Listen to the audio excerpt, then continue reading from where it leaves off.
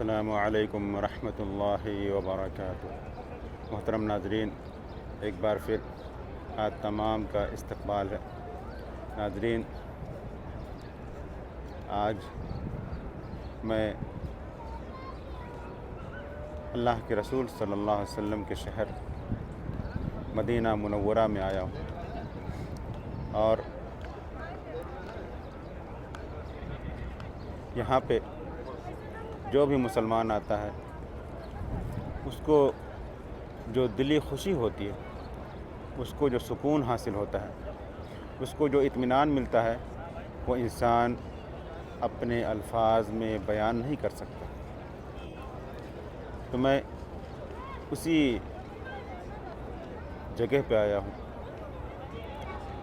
اور جو لوگ بھی مدینہ منورہ آتے ہیں تو ان کے لیے ضروری ہے کہ وہ مسجد نبوی کی زیارت کی نیت سے آئیں۔ یہ نہیں کہ وہ اللہ کے رسول صلی اللہ علیہ وسلم کی قبر کی زیارت کی نیت سے آئیں، نہیں، بلکہ مسجد نبوی کی زیارت کی نیت سے آئیں، کیونکہ حدیث میں یہی لفظ ہے۔ یہ نہیں کہا گیا ہے کہ میری قبر کی زیارت کے لیے آئے، بلکہ یہ کہا گیا ہے لا تشد الرحال الا الی ثلاثۃ مساجد۔ 3 مسجدوں کی زیارت کے لیے اللہ کے رسول صلی اللہ علیہ وسلم نے کہا ہے، اور ان 3 مسجدوں میں سے ایک مسجد نبوی ہے۔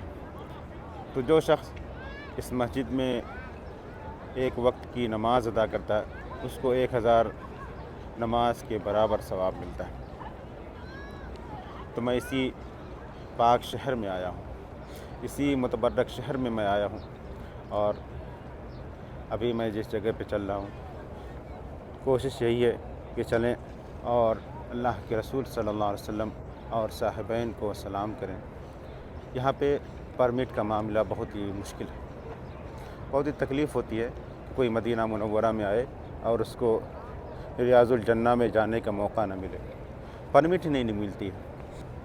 اس میں دقت یہ ہے کہ اگر کسی کے نام سے پرمٹ نکل گئی ہے تو پھر سال بھر وہ دوبارہ اپنے نام سے پرمٹ نہیں لے سکتا۔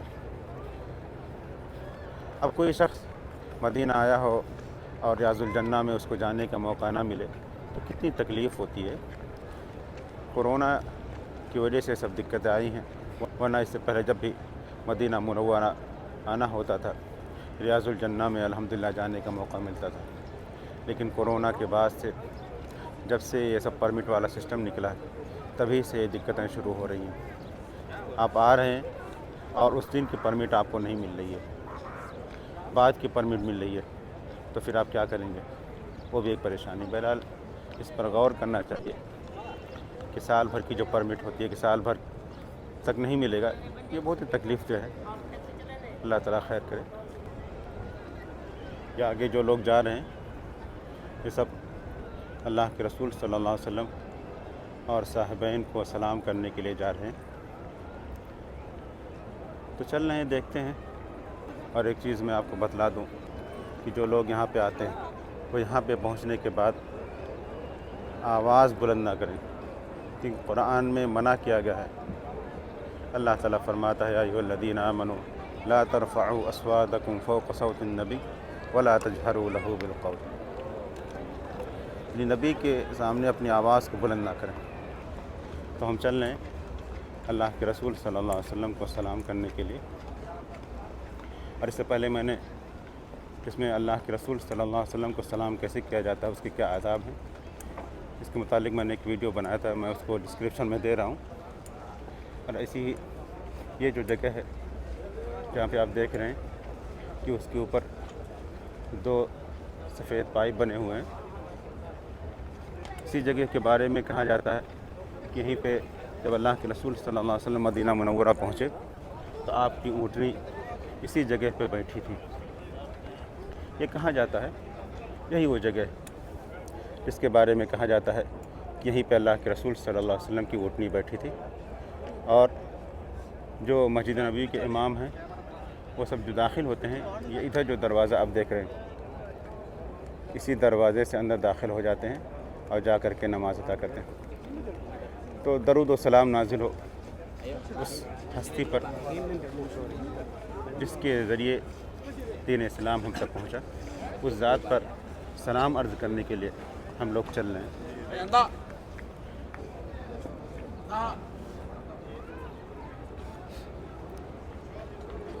کیونکہ اللہ کا حکم ہے کہ اپنی آواز کو بلند نہ کریں، اس لیے وہاں پہنچنے کے بعد میں کچھ نہیں بولوں گا۔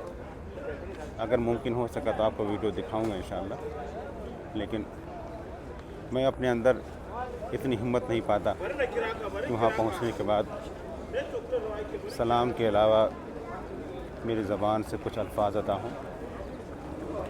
میرے اندر اتنی ہمت نہیں ہے۔ اس سے پہلے جب میں یہاں آیا تھا اور اللہ کے رسول صلی اللہ علیہ وسلم پر سلام کے آداب کے متعلق ویڈیو بنایا تھا، تب بھی اور آج بھی جب میں جا رہا ہوں، اللہ عالم کیا ہے کہ میرے زبان سے الفاظ صحیح سے ادا نہیں ہوتے۔ اس وقت بھی یہی کیفیت تھی کہ اتنی رقت دل کو طاری ہو جاتی ہے، ایسی کیفیت ہو جاتی ہے کہ انسان ادا نہیں کر پاتا۔ اور میری بھی یہی کیفیت ہے، اب میں بولنے کی طاقت نہیں رکھتا۔